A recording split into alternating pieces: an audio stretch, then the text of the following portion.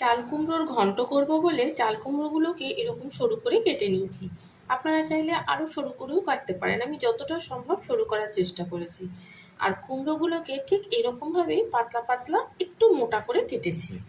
এখানে খুব বেশি কুমড়ো দিইনি, একটা গোটা চাল কুমড়ো আছে, আর তার সাথে এখানে এরকম সাইজের একটু কুমড়োর টুকরো দিয়েছি। অল্প কুমড়ো হলেই হয়ে যায়। কুমড়োটা দিলে, মিষ্টি কুমড়োটা দিলে কি চাল কুমড়োর ঘন্টর টেস্টটা খুব ভালো আসে। এর সাথে আমি দেব মুগ ডাল ভাজা। মুগ ডালটা এবার ভেজে নিই। কড়াইতে একটু সরষের তেল দিয়েছি, অল্প একটু তেলেই মুগ ডালটা ভাজবো। মুগ ডালটাকে ধুয়ে রেখেছিলাম।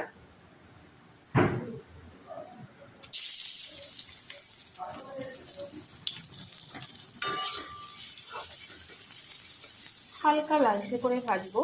খুব বেশি কড়া করে ভাজলে মুগ ডালটা তরকারির সঙ্গে দিলে পরে তখন আর সেদ্ধ হবে না। চাল কুমড়োর ঘন্ট আপনারা অনেকেই অনেক রকমভাবে করেছেন, তো আমি কিভাবে করি সেটাই আপনাদের সঙ্গে শেয়ার করছি। এটা খেতে আমাদের সবাই খুব ভালোবাসে, আর খুব ভালোও লাগে, একটু মিষ্টি হয়।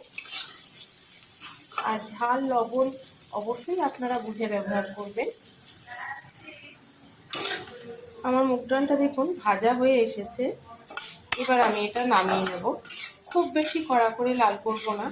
আঁচটা কমিয়ে রেখেছি বলে ভাজতে একটু সময় নিচ্ছে, আঁচটা বাড়িয়ে দিলে মুগ ডালটা পুড়ে যেত।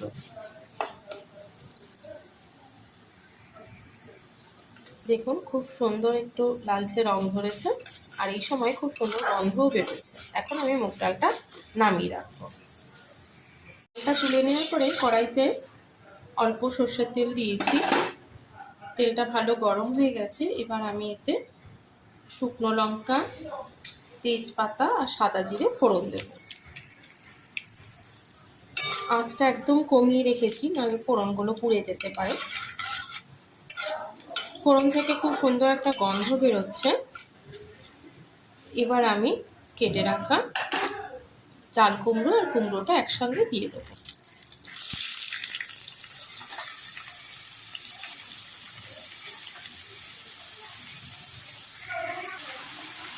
এবার আমি এতে কিছু মশলা দিয়েছি।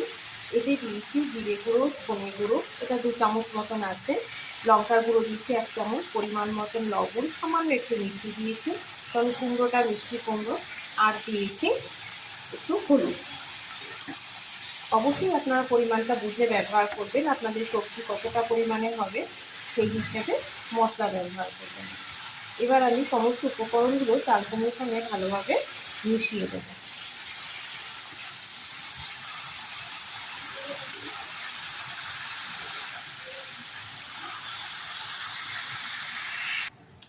এটা আলাদা করে আর জল দেওয়ার প্রয়োজন নেই। চাল কুমড়ো থেকে যে জলটা বেরোচ্ছে সেই জলেই এটা সম্পূর্ণ সেদ্ধ হয়ে যাবে।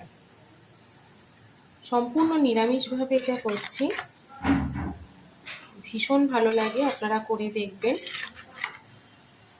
ভালো লাগলে অবশ্যই লাইক দেবেন, কমেন্টে জানাবেন কেমন লাগছে, আর বন্ধু বান্ধবদের মধ্যে শেয়ার করবেন।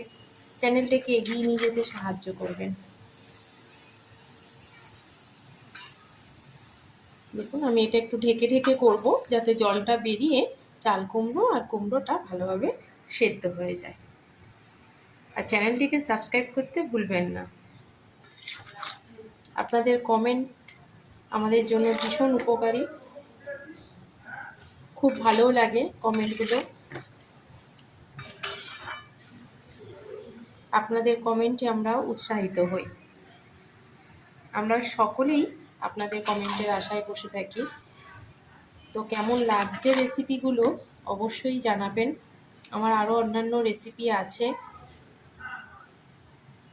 আপনারা চাইলে সেগুলোও দেখে নিতে পারেন। এটা হোক, আমি এটাকে একটু ঢেকে রাখবো।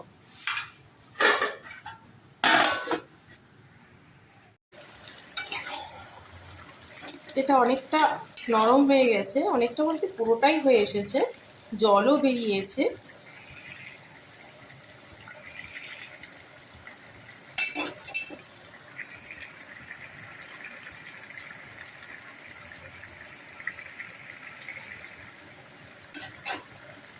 এবার আমি ভেজে রাখা মুগ ডালটা এতে দিয়ে দেবো।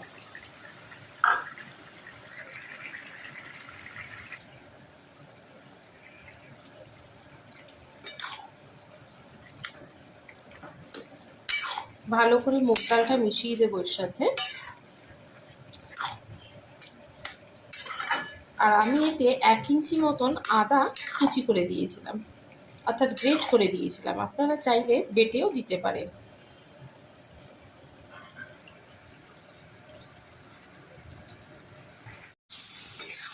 আমার ঘন্টটা প্রায় হয়ে এসেছে, যেটুকু জল আছে একটু ভালো শুকিয়ে গেলে তারপর আমি এটা নামাবো। অনেকে চাল কুমড়ো সেদ্ধ করে নেন, তো আমার চাল কুমড়োটা খুব কচি ছিল বলে আমাকে আর সেদ্ধ করতে হয়নি।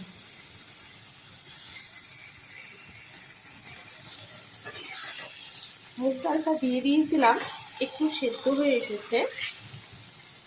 খুব বেশি সেদ্ধও হবে না, মুখেও লাগবে খাওয়ার সময়, ভীষণ ভালো লাগবে। আপনারা করে দেখবেন এইভাবে। এই একটা ঘন্ট দিয়েই পুরো ভাত খাওয়া হয়ে যায়।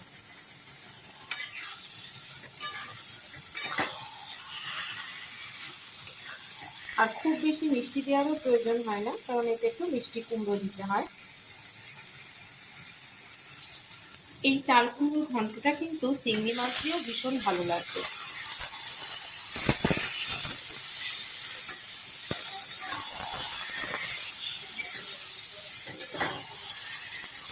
আর যেহেতু মুগের ডাল দেওয়া আছে, খুব সুন্দর একটা গন্ধ বেরোচ্ছে।